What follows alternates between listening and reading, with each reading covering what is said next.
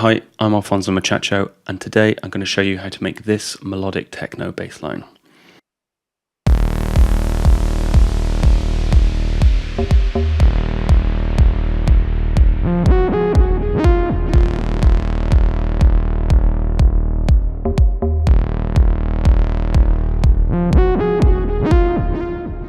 So when it comes to choosing a bass line, you've got an absolute ton of choices to make, and that doesn't get much simpler when you've gone for a kind of one-note drone bass line.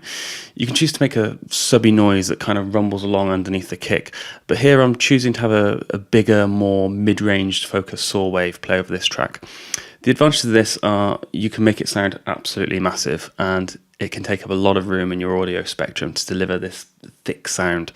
The disadvantage is you're eating up a lot of space in your mix, and you better nail the sound, otherwise it's going to get very tiresome very quickly.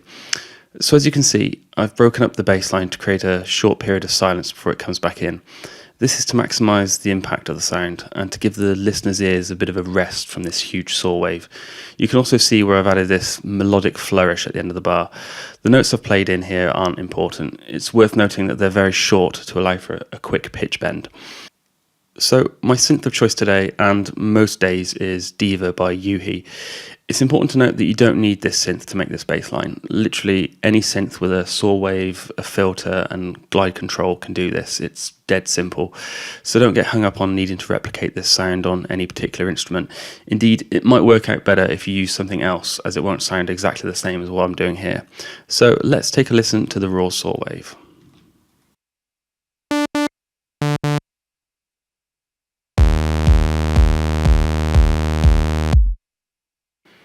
Okay, so that's just a standard saw wave. Let's move this down an octave. Okay, sounding a bit better. We want to fatten up the sound, so I'm going to add in a bit of feedback to dirty this up a little. I'm also going to add in a little bit of white noise as well.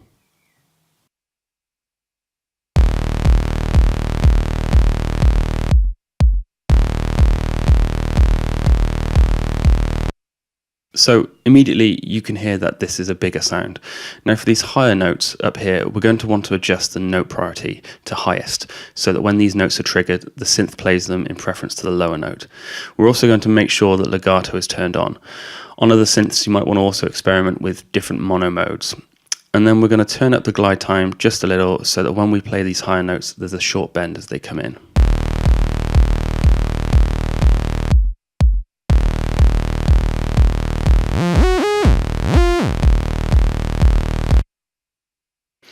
That's getting there. I'll just add a little vibrato. Let's listen to that section again.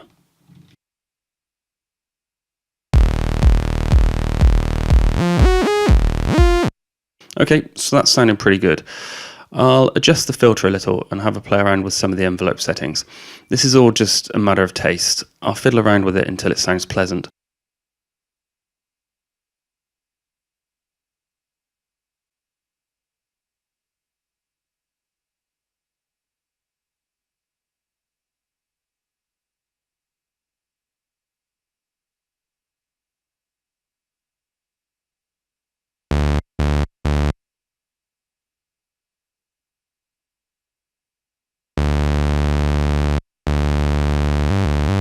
I want to make sure that the filter envelope makes the filter close slightly as the sound plays.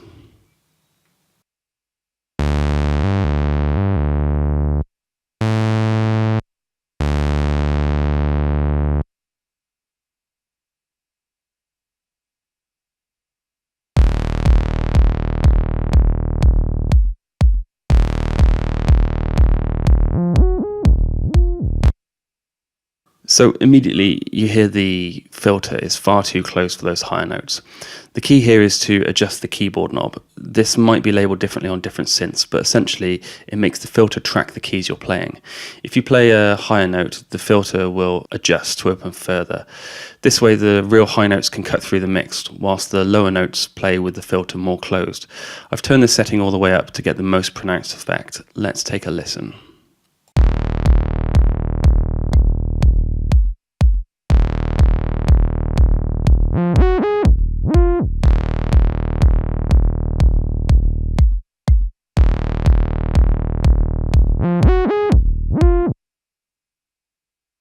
So that's sounding pretty good, but it's a little dry. So I'm going to add in a couple of effects, mainly delay and reverb.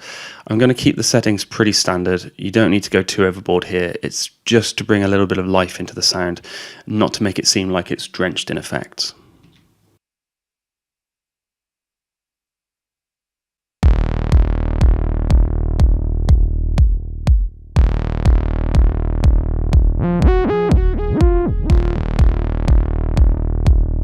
So that's pretty nice.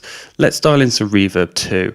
Now people will gasp at the idea of adding reverb to a bass line, but let's face it, if you followed every arbitrary rule in making music, you'd never make anything interesting. So here I'm just going to use the standard setting in Diva and maybe just turn up the dry signal a little bit.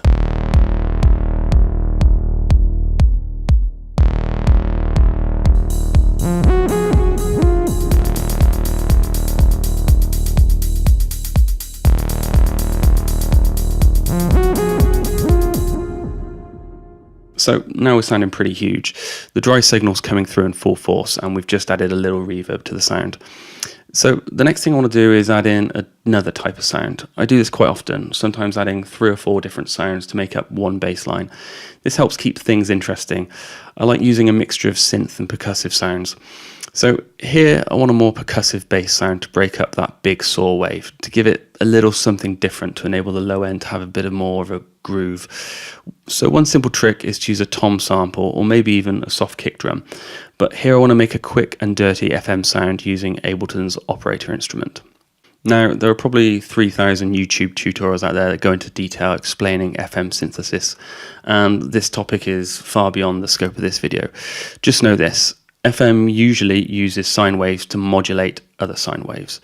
Adjusting one sine wave will affect the other, and it's quite simple by using short, snappy envelopes to get percussive bass sounds. Let me show you. So here are the notes I've already recorded, and let's take a listen to the default patch. So that's just a deep sine wave. Now remember, you'll need short, snappy envelopes. Now listen to what happens when I adjust the coarse knob and the volume of the second sine wave.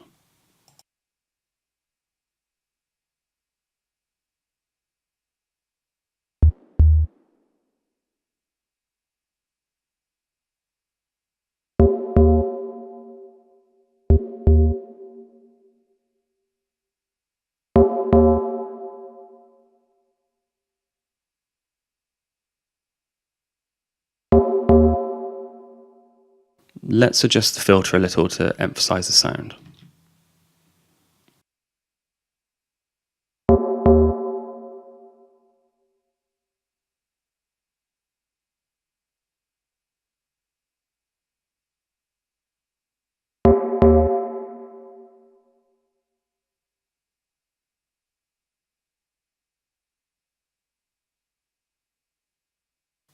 So we're pretty much there. I've sent it to a reverb, so it's already sounding pretty big.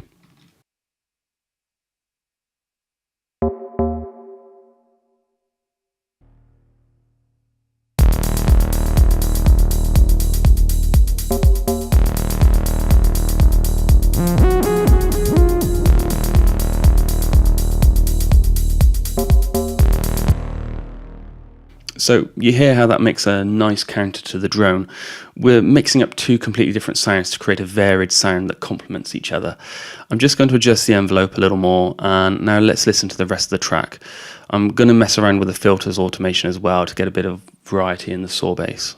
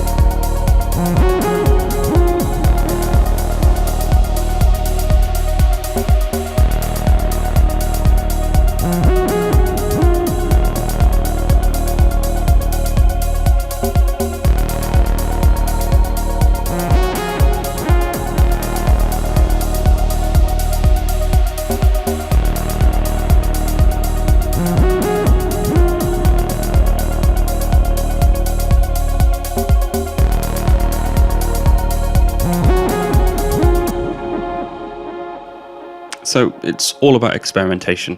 I'm sending individual notes to return channels with reverb and ping pong delays on to add variety and space. Don't be afraid to twiddle around with all the knobs in real time. That's how you find out what works and what doesn't. As you saw there, adjusting the filter resonance sounded pretty good, but messing around with the noise volume just didn't. Make sure you experiment. So I hope you found this useful. Try it out for yourself, perhaps using different synths. You'll get slightly different sounds because the controls will be different. Let me know down in the comments what synth you like to use for bass lines, and see you soon.